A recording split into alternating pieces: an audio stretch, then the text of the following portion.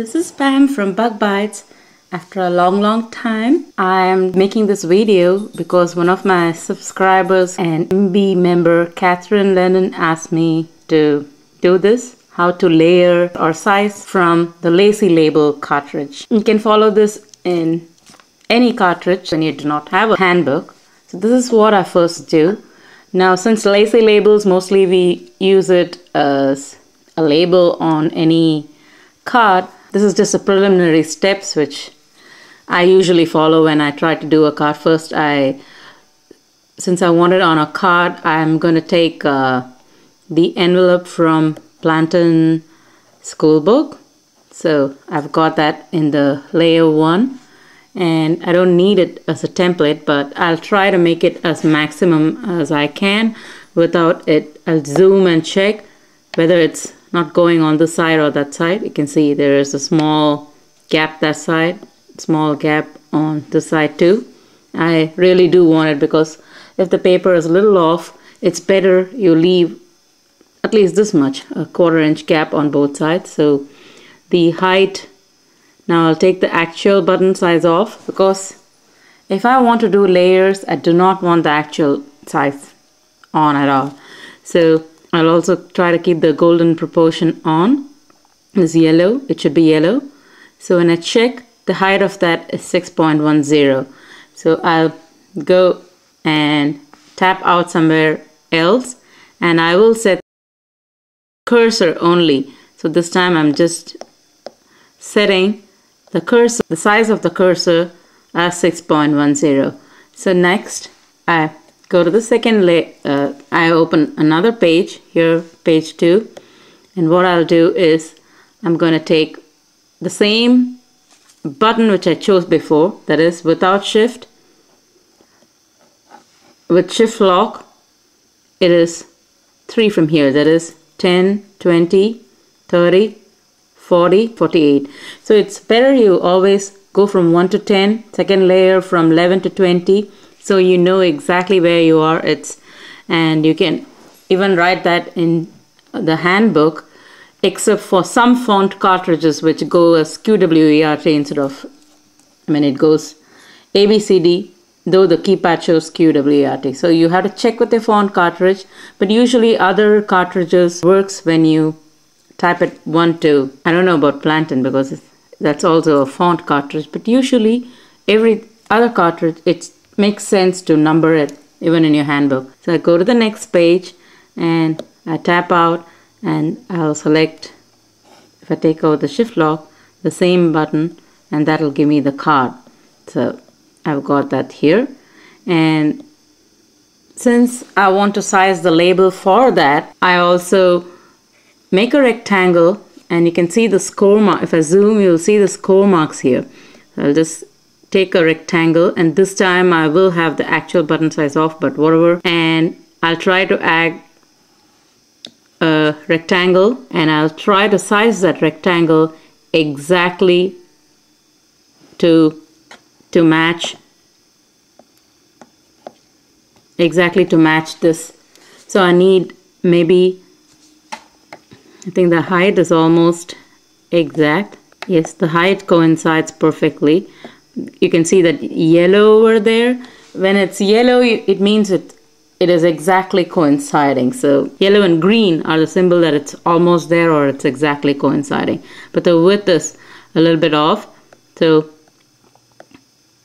I will increase that, tap on that again, it becomes blue. So I just move it, and you can still see a little bit of gap, maybe just a tiny, I've done it more. So you can see that the blue is outside. So, and now I have to fine tune that. When I tap, I get the moving triangles.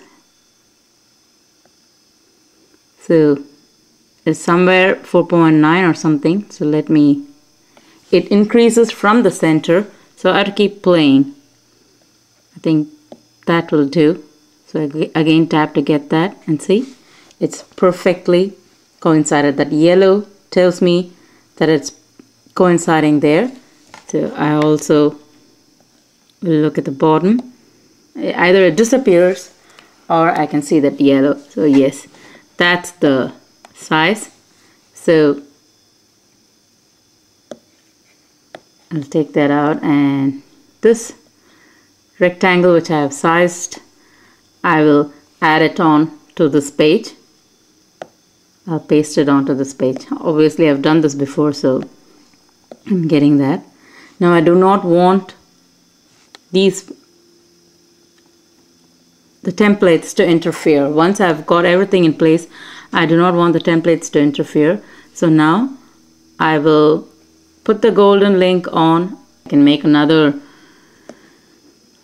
unlink and make another rectangle. I mean, if I want it to layer, I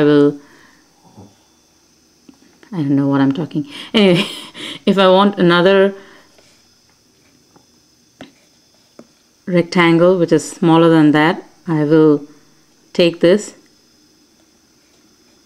and 6.10, maybe 20.20 less.